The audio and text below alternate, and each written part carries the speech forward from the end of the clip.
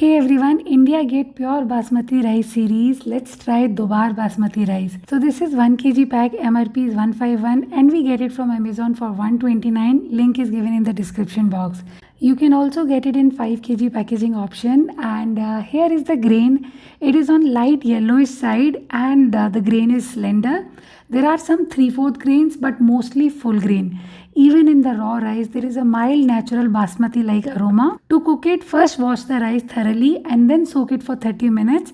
Now for 1 cup of rice, boil 5 cup of water and add the soaked drained rice to the boiling water. Cook on medium flame for 6-7 minutes.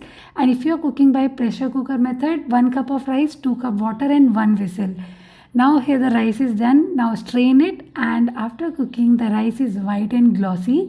It becomes quite long and it's not sticky at all. The grains are completely separate. And the rice is light to eat. The taste is slightly sweet and natural. Grain is quite slender. So overall you can try this rice for pulao, jeera rice, even biryani. But honestly 130 rupees a kg seems a bit expensive.